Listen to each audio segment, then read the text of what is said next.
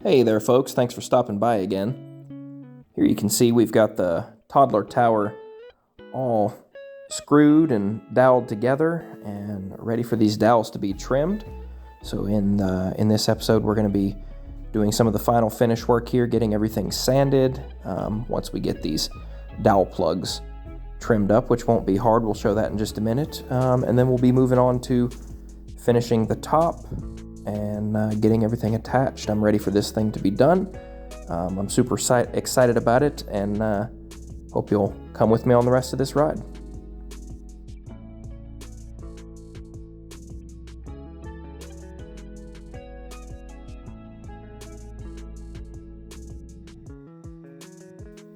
So here I've put a little bit of tape on the backside of my Ryoba saw to give it just a little bit of clearance. These Japanese saws on the crosscut side have very little set, so I can use this saw really with or without the tape, but I do like to use tape when available just to trim these flush, and then I'll come back in and do a little sanding. You'll see that here in just a moment.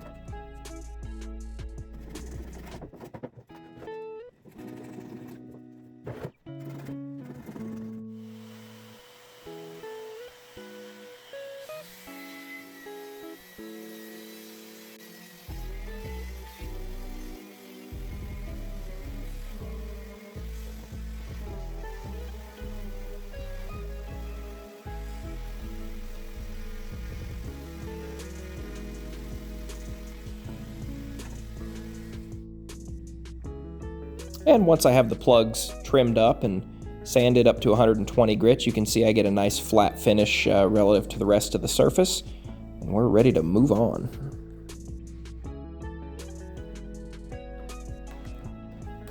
Now that the tower assembly of the step stool itself is pretty much done, at least functionally, it's time to turn my attention back to this panel.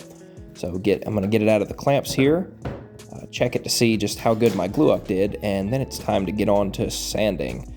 I could have hand planed this, but this wood was a little bit on the tricky side as far as being splintery, and I didn't do a good job of making sure my grain was all lined up in the same direction. So I'm going to use my sander with some 60 grit and then walking up to 120 and eventually 220 to get this flattened out and leveled up nicely.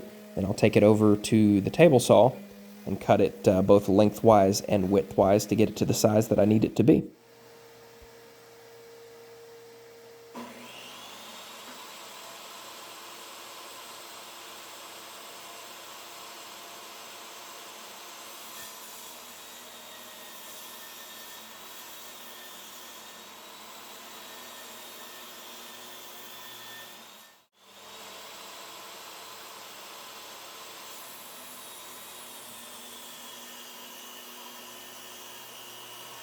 Now that I have the panel cut to width and length, I'm going to cut a couple of braces to attach to the tower underneath the panel, and that'll make sense here shortly.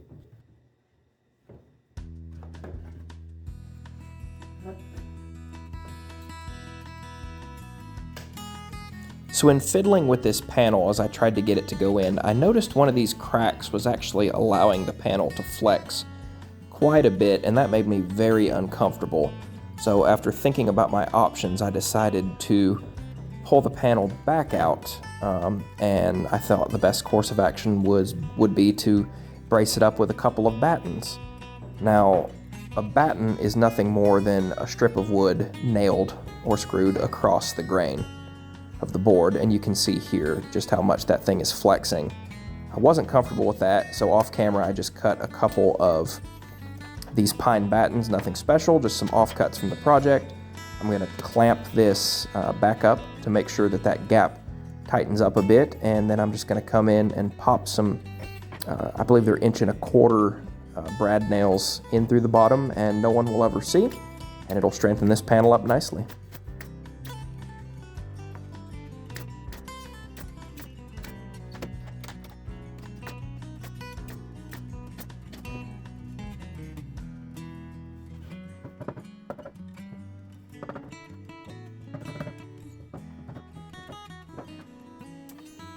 So here I'm just fiddling with the spacing, trying to determine how far I want the sort of the platform to be. I wanted a little bit of a reveal, and so here I just kind of fiddle with that before I attach those braces that I had cut earlier.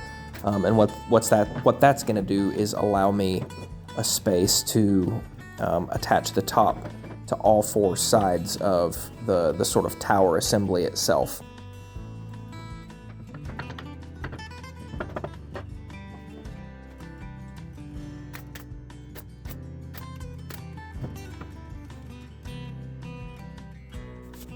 And you can see there, everything's sitting about how I would like it. The panel still has just a little bit of bounce in it, but that's not a big deal. Once I attach it from the bottom later in the process, it should take that right out.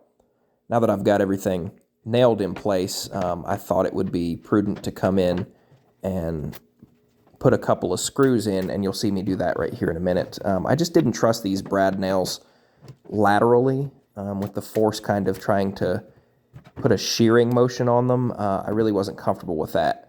So, screws are the best option. In regard to the screws, I'm just using 1.25" softwood Craig pocket screws. I usually have these on hand, and I like them. I'm not sure why I like them so much, but they're usually easy and available, so that's what I go with.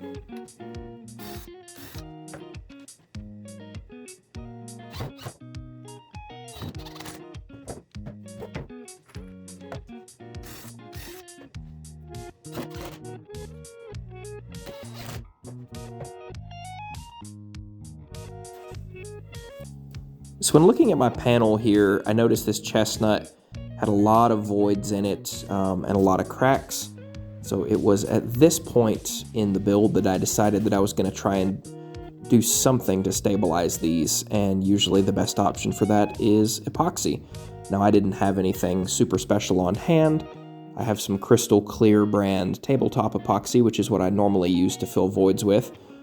So that's what I'm going to do, and I'm going to try and flood enough through to maybe even stabilize that crack that had caused me to attach the battens earlier. So we'll see how that goes.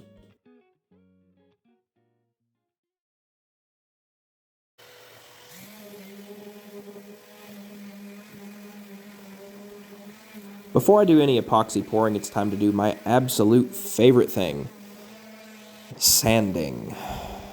After starting at 60 grit earlier, I moved up to 120 and eventually 220, and after about a half an hour, I had this entire thing sanded up and ready to apply an oil finish to.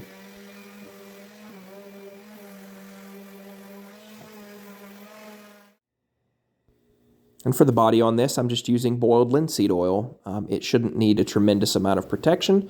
This is not a long-term piece of furniture, so if it gets dinged up over the course of a couple of years, that'll be just fine. That's really as long as I need it to last.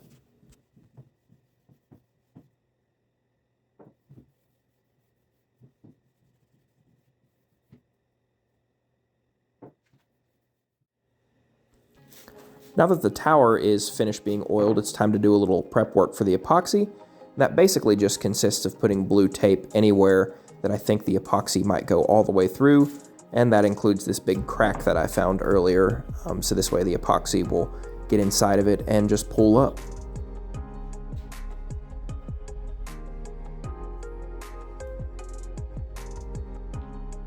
This is a two-part epoxy made by a company called Crystal Clear, no affiliation, and it's fairly straightforward. You just mix equal amounts of resin and hardener, mix it up good, and pour it in.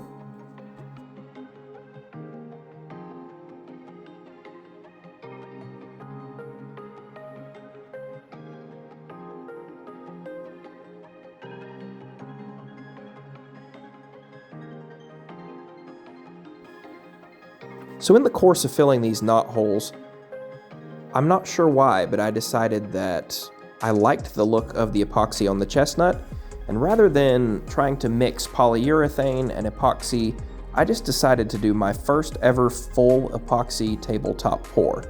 Now, in hindsight, I should have waited until I had the proper tools for this to spread with. I should have planned it out better, but as you'll see in the end, it turned out all right, and it'll certainly be functional.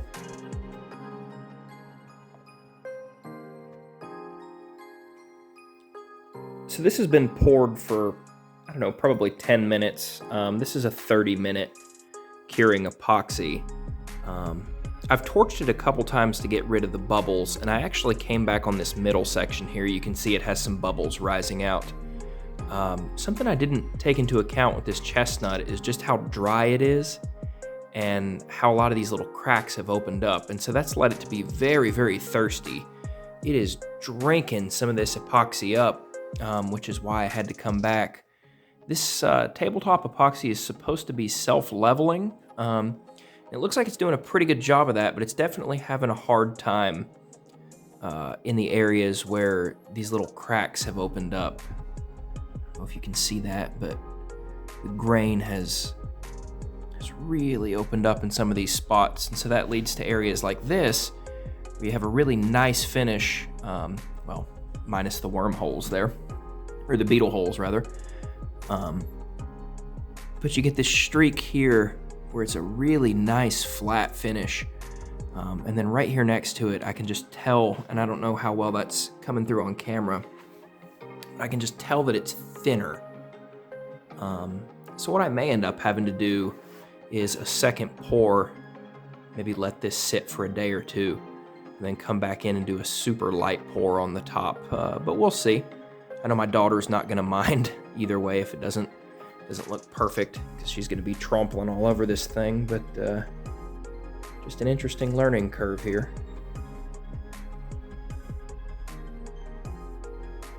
So it's actually a few days after the pour. I got busy and wasn't able to come out the next day. That's probably for the best. Gave this epoxy some more time to cure up. As you can see here, it's nice and hard now.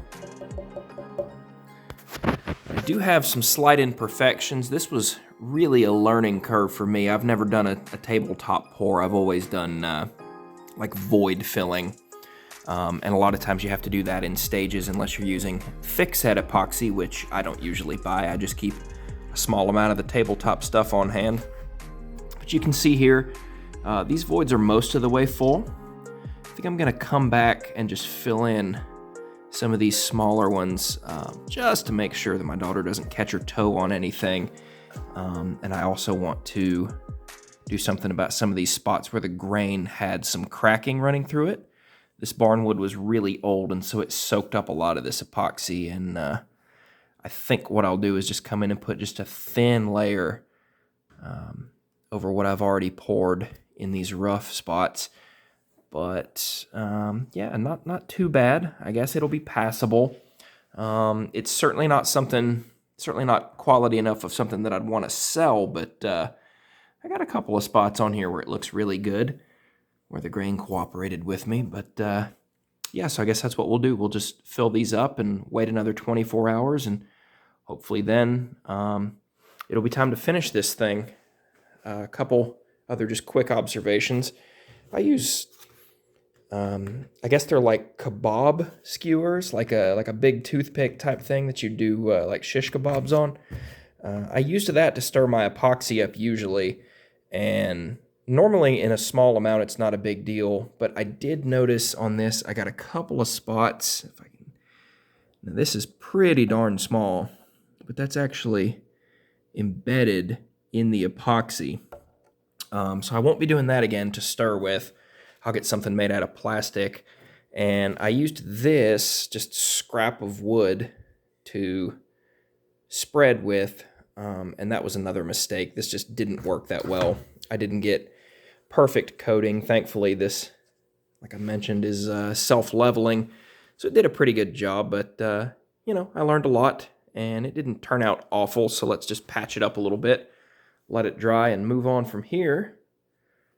Just a quick aside, the boiled linseed oil that I applied to the frame itself has all dried up.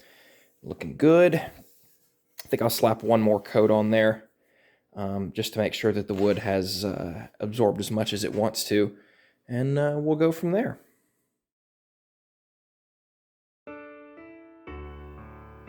For the second pour, I decided to do a small spot pour instead of trying to pour over the entire panel. That probably wasn't the best decision, as you'll see here shortly. I did use a screw to stir this epoxy with instead of a skewer, and that turned out to be a good decision. One thing with epoxy is you've really got to mix it up well. When you think you're done mixing, just go ahead and add another 30-45 seconds of mixing to it to make sure that you get this resin and hardener really well mixed together, because you certainly don't want to have pockets where your resin doesn't harden up because it didn't have enough hardener in it. You also need to make sure that you're at the right temperature. That will be referenced on whatever epoxy you're using's bottle. If not, you can usually find that information easily online, and it is product specific. This called for a temperature between 60 degrees and 80 degrees, so I just set my thermostat in the shop to 65. And as far as curing goes, I had absolutely no problems.